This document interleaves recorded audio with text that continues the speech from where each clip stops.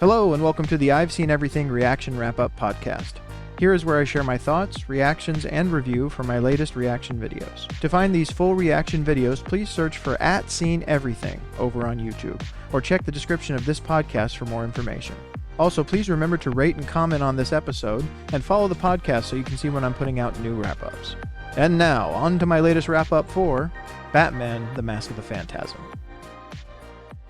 Well, what can you say about Batman: Mask of the Phantasm? Dana Delaney, I did have that right, Andrea Beaumont. She did a fantastic job in there too. I do wonder in future projects if they had her come back to voice the character again. Probably, I would imagine. She's somebody I've seen in a bunch of different on-screen roles, but she's also apparently done a ton of voiceover work in her career as well, especially in her later career, more recent career. It was just such an interesting moment, especially considering that it was based off of this show doing so well that momentum carried them into, hey, we can do a theatrical release animated Batman film, and it was actually worth theatrical release. I still would have loved it even if it had just been like a TV movie or something, and basically with the length of it, it was kind of like a double length episode of Batman the Animated Series, and we've had some great double-length episodes of Batman the Animated Series. But people talk about this being a great Batman movie just in its own right, or even their favorite Batman movie, or what they think is the greatest Batman movie. I can see where they're coming from on that, but I still don't know if I agree looking at it. As much as I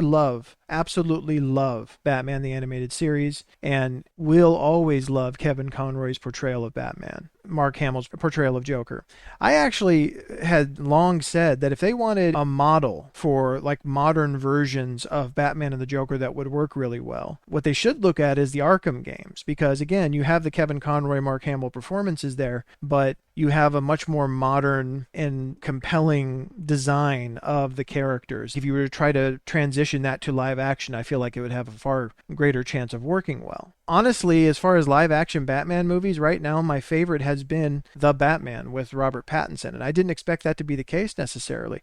I really like the Nolan movies, but as I've kind of gotten further on, I appreciate what they were doing, and I appreciate how seriously they took the material, but there's things that aggravate me about the Nolan movies too. Things that were kind of needless changes that aggravate me. Doesn't take away from the quality. I still love those movies. Heath Ledger's Joker is still incredible. I need to watch all those out here, just so we can, watch through them together, talk about them. I want to watch the Batman out here too, because I watched Superman out here. I really wish they would take the Robert Pattinson Batman and use that as their Batman in the universe, but I keep hearing that they're not going to do that. They're going to do something else. I just feel like it's going to get confusing. But as far as this Batman movie, compared on its own merits as a Batman movie against other like live action Batman movies, I think that the statement of it being a great Batman movie makes sense, but I think it also makes the most sense compared to what was out around the time that this came out. Like if you compare this Batman movie to the Tim Burton Batman movies where Michael Keaton played Batman, or to especially the Joel Schumacher Batman movies where Val Kilmer and then George Clooney played Batman, I would say this movie's definitely better. Nothing against George Clooney. I just don't think he was good casting for Batman. I think this movie is definitely better than his Batman movie, Batman and Robin. It's probably better than Batman Forever with Val Kilmer, even though I liked his portrayal. You get to Michael Keaton and Batman, this is where you get a little more contention. And this is right around the time all this was happening, too. Like I said, I'm pretty sure, I don't know exactly when it was, but I'm pretty sure this came out right around the time Batman Returns did. So I could see it more as a comparison there.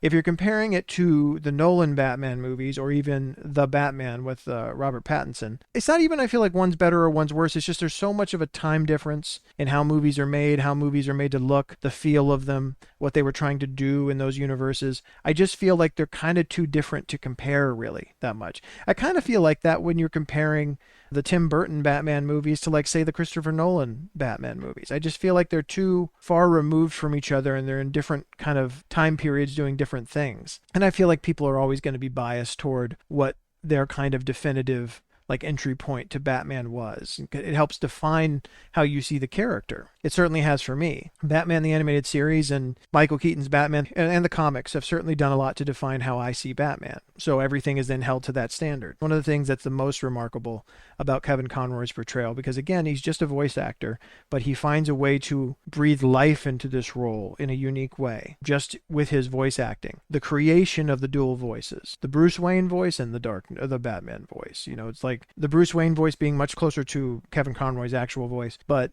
that Batman voice he's created, which is the actual voice of the character. That is who this character is. Bruce Wayne is the facade, thing he puts up to throw people off the scent. Batman is who he is.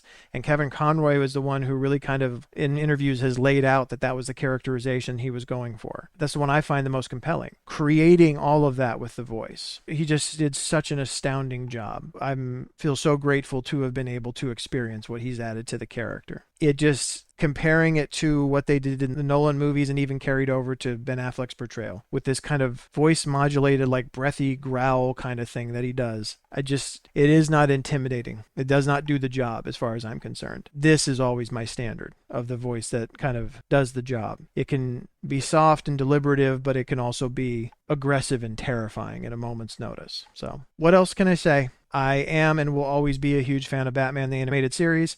This is just that universe being done up a little fancier as an actual feature-length film and brought to theaters.